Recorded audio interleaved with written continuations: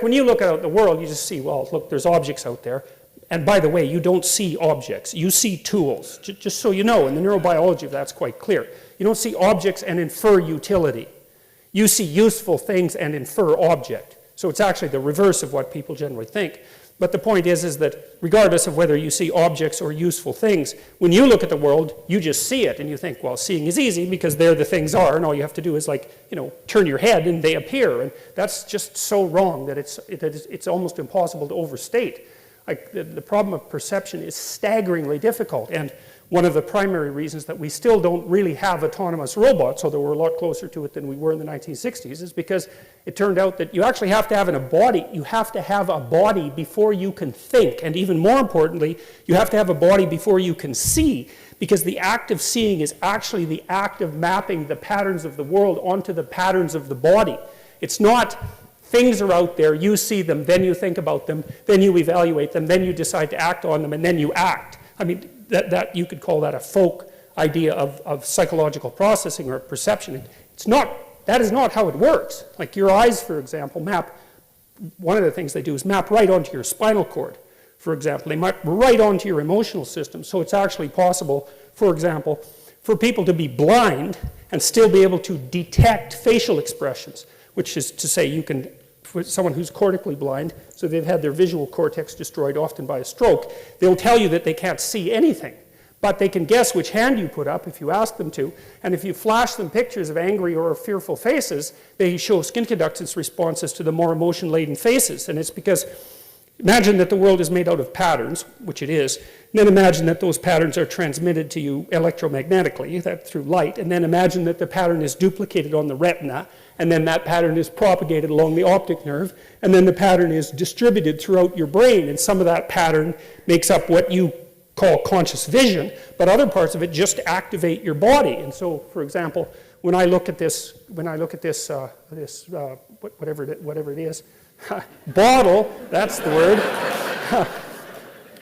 When I look at it, especially with intent in mind, as soon as I look at it, the pattern of the bottle activates the gripping mechanism of my hand, and part of the action of the act of perception is to adjust my bodily posture, including my hand grip, to be of the optimal size to pick that up. And it's not that I see the bottle and then think about how to move my hand. That's too slow. It's that I use my motor cortex to perceive the bottle, and that's actually somewhat independent of actually seeing the bottle as a conscious experience. So, anyways, the reason that I'm telling you all of that, and there's much more about that can be told. Rodney Brooks, he's someone to know about. He's a robotics engineer who worked in the 1990s, and he invented the Roomba, among many other things. So he's a real genius, that guy. And Brooks was one of the first people to really point out that to be able to have a machine that perceived well enough to work in the world, that you had to give it a body, and that the perception would actually be built from the body up rather than from the abstract cognitive perceptions down. And so, well, that turned out to be the case. And Brooks built all sorts of weird little machines in the 1990s that didn't even really have any central brain, but they could do things like run away from light. And so they could perceive light, but their perception was the act of running away from light. And so perception is very, very, very tightly tied to action in ways that people don't normally perceive. Anyways, that's all to say that you cannot perceive the world without being embodied. And, you're embodied in a manner that's taken you roughly 3.5 billion years to pull off, right? There's been a lot of death as a prerequisite to the embodied form that you take. And so it's taken all that trial and error to produce something like you that can interact with the complexity of the world well enough to last the relatively paltry 80 or so years that you can last. And so I think about that as, and this may be wrong, but I think it's a useful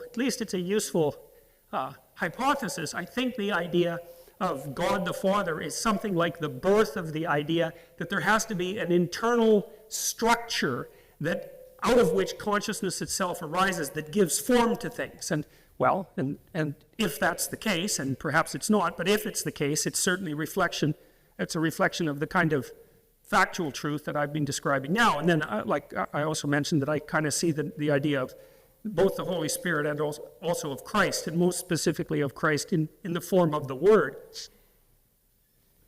as the active consciousness that that structure produces and uses, not only to formulate the world, because we formulate the world, at least the world that we experience, we formulate, but also to change and modify that world, because there's absolutely no doubt that we do that, partly with our bodies, which are optimally evolved to do that, which is why we have hands, unlike dolphins that have, very large brains like us, but can't really change the world.